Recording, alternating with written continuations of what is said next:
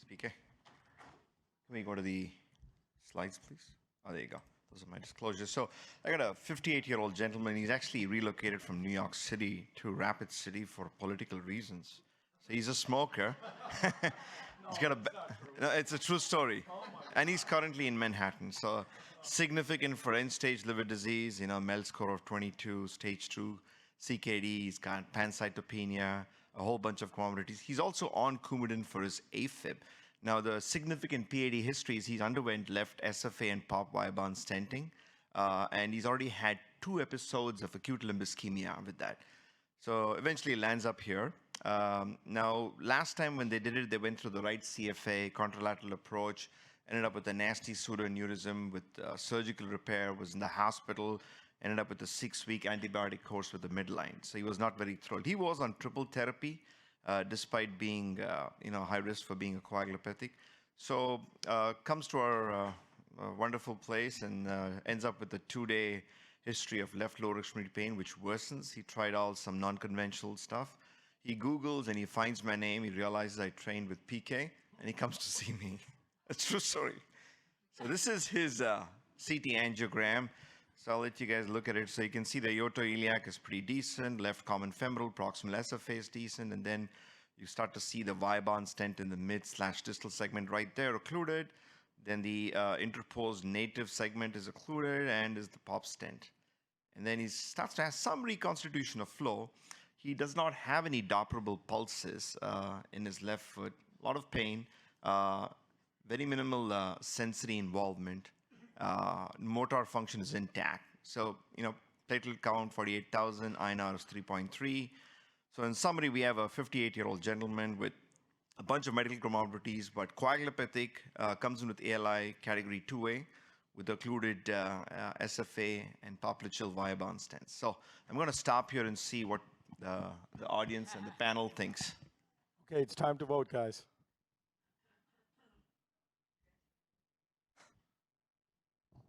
As we get ready to vote, did you send them back to PK?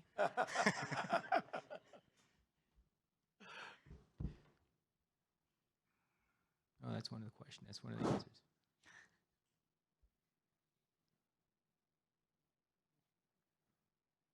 Okay, can you put up the answers? So this is the audience poll, and that's the moderator poll. So there's a difference. 100% of the moderators would be A, and almost the majority of the audience would be, I guess, 2, right?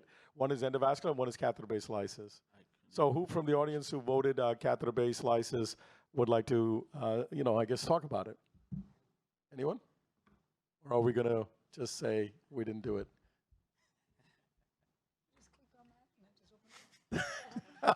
wait, who in the moderator changed? No, wait, the moderators are changing the audience. No, what has happened is none of us got a chance to do it fast. Oh, I'm so sorry. You got one answer, that's what happened. Oh, okay. Yeah, actually, it's supposed to be, one is a CDT, the second one is supposed to be mechanical thrombectomy. Oh, I see. That's odd, it's not. No, it's not. So he presented with 2-day history of worsening. Yeah, so it's just 2 days.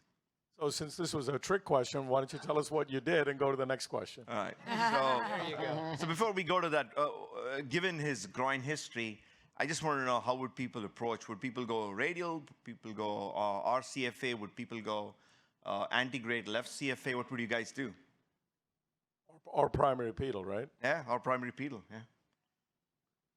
And now that I heard Dr. Bianchi's talk, I wish you sent him somewhere else, PK.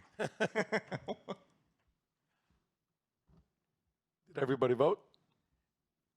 For some reason, that barcode's not working as well. Oh, it's not working? Then you guys can tell us what you did then. It is working. It's working? Okay.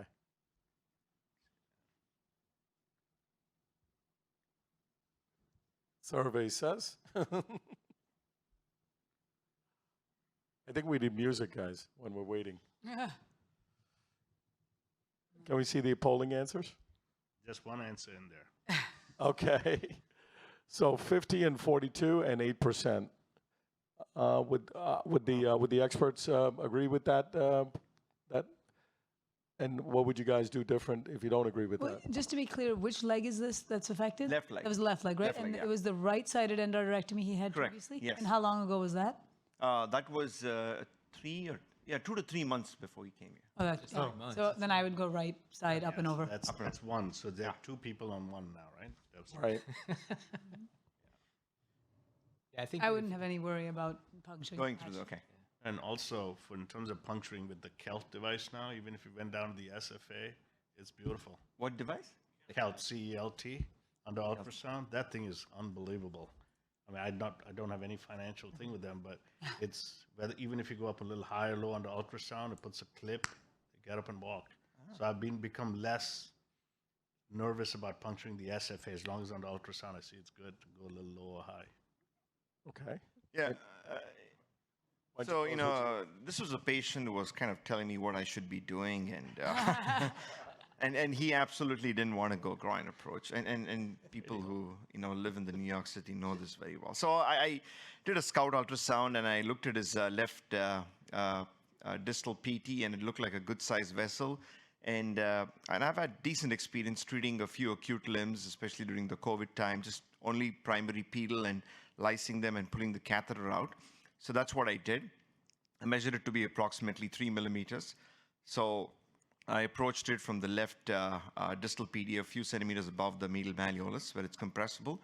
And then I crossed very, very easily with just an aquatemper catheter and a stiff angle glide wire, no issues. So those are the angiograms, kind of very similar to the findings in the CT. And here's the thrombotic occlusion up in the left distal SFA, and then the pop Viabahn stent. So Bhaskar, why didn't you want to go antegrade left?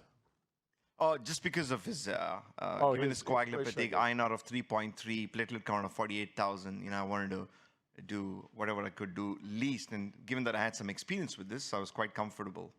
Can I ask a question Yes. around that right now? Is, you know, platelets 48,000. Are you thinking it's all sequestration? Is it consumption? Why is it 48,000? No, he lives at that. He lives in the 55 to Portal hypertension. 60,000 with Cirrhosis. his. So that's Yeah, it's portal coagulopathy. hypertension. Yeah. But the platelets are different. Yeah, but he's been having that for a long time with pancytopenia.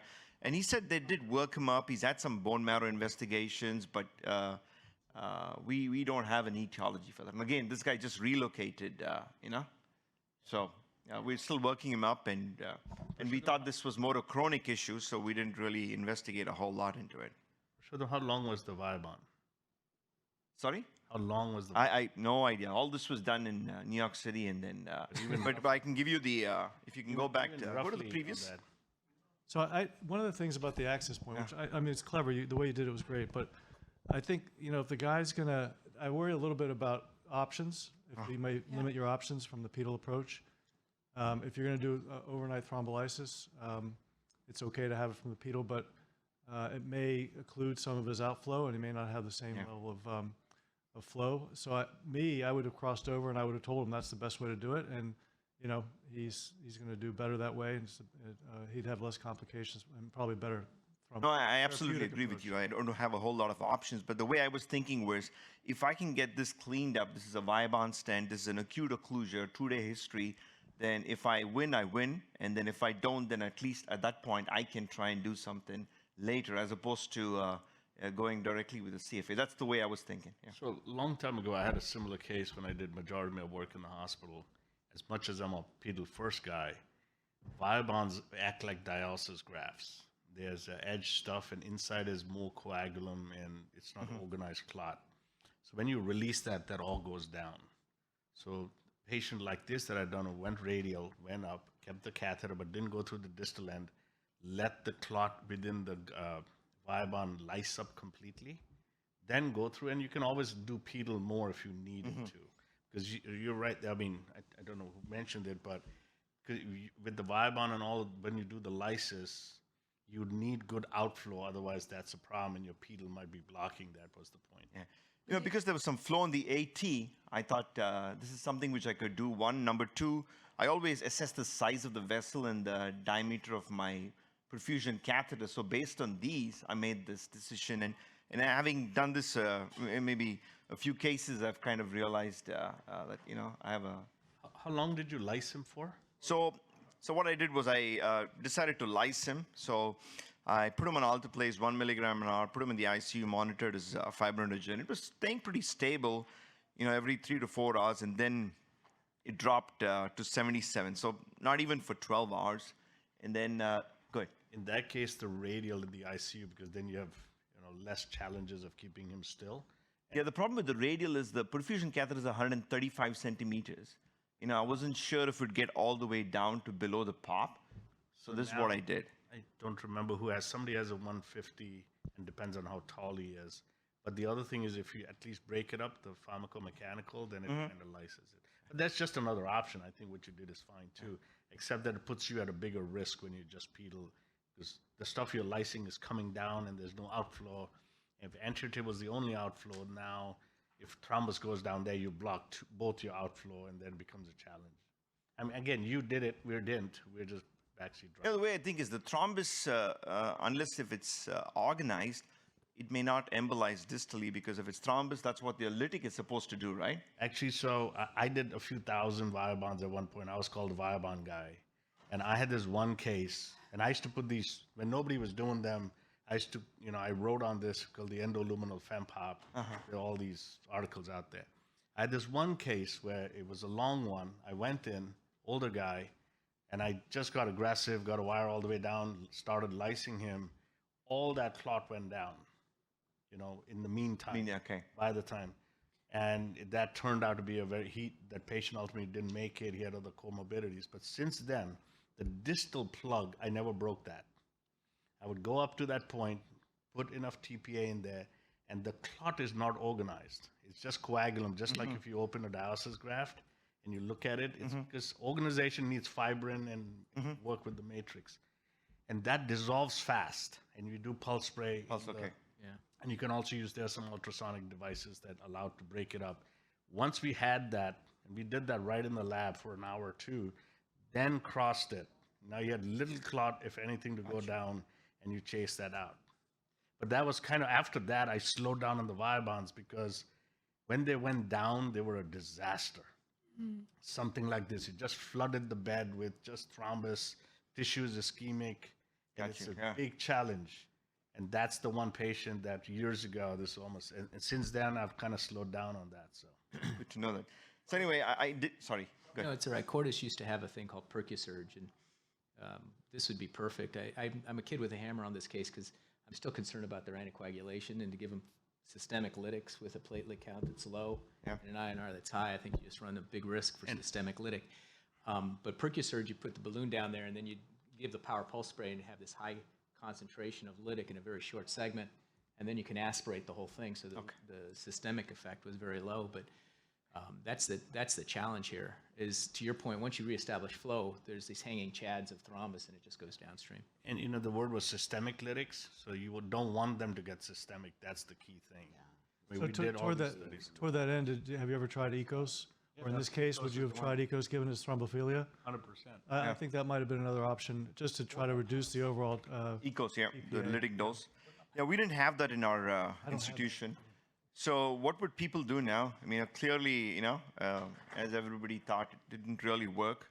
There's still some thrombus left. You can see some hanging in the, posterior tibial, very sluggish flow in the AT.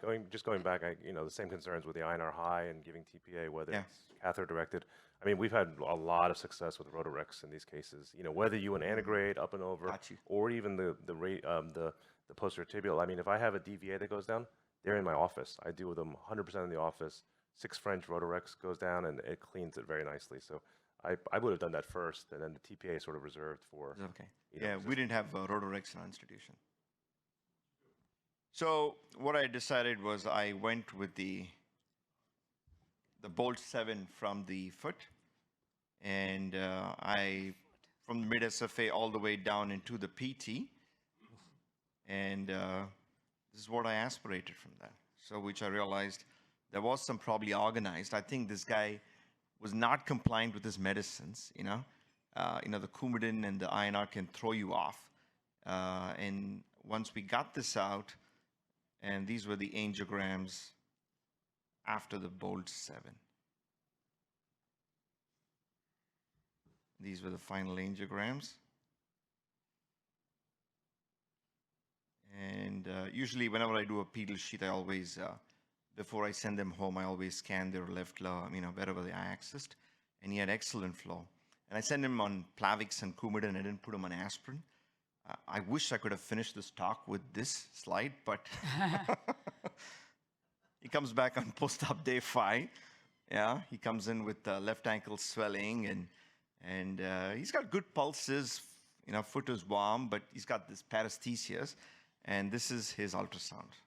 So what he has is a large left, posterolateral artery pseudoaneurysm, and it's massive. It's 5 centimeters, and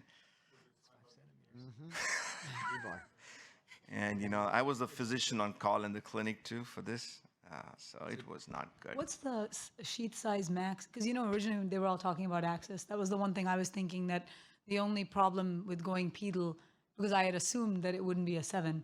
I had assumed that wouldn't be more than a 4 or 5, and so I was like, well, you kind of burned your options. Yes. If you need to fix something in the Viabond, or if you wanted to put an alluvia or something inside, because you remember you said you had that segment that was native, right? Correct. Between the 2 Viabonds. Yeah. So if you needed to bridge that because you had 2 points, you wouldn't be able to do it from the foot. But when you said you put the Cat 7, obviously you have a 7 French. 6. I put a 6/7 slender. Yeah. So is that the max that what's the biggest size sheath that you put into the? I mean, because the vessel was 3 millimeter, I presumed this could take a 2.5 millimeter sheet, and based on that, I did that. Yeah.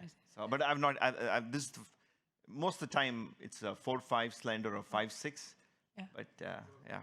This might have been inevitable anyway, because the guy's INR was 3.3. Yeah. Right. You're giving him heparin, and you're doing Yeah. TPA on top of it, so it's not surprising, I would think, right? And that's why the following day I checked him, made sure everything was good. I thought by then, the lytic effect should have worn off with 5 half-lives, which is 12 hours, but I guess I was wrong.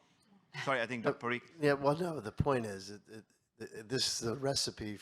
There's more bleeding producing meds in this patient than any other patient. And then on top of that, getting hemostasis, there's no purpose-built hemostasis devices. So, I mean, if you could put a band on for 6 hours for a pedal access, this is the guy. But you said it was above the malleolus that you stuck, right? And so what was your closure technique? So what we did was we did actually manual compression Right. at the table. And then once that was done, we put in a TR band, and then we do patent hemostasis. Yeah. And I wait for 24 hours and then rescan that's what I did. I scanned his left lower extremity before sending him home. Now, I talked to my surgeon too, and he says, what he told me was, actually, I felt quite comforted. He said, imagine if this was the groin, there would have been a bigger mess. But you may have had options for a closure device in the groin. So, yes. Because I do think all this, again, the thrombophilia, the Coumadin, the whole thing, these are difficult cases. So we tried to do manual compression on the neck for 30 minutes. Did not work. That's very nice. You know what? Yeah, it's I tried. So then I spoke to my vascular surgeon. He says, why don't you just put in a little thrombin, see how it goes? And we did that. We managed to get quite a bit down, but eventually, we had to take him to the OR. And it was a very quick fix for my surgeon. He just did this in literally 30 minutes, and then patient did well. And he's actually in New York City right now. So he's not come for his follow-up ultrasound. So And now you sent him to PK, didn't you? I hope he relocates here. Thank you.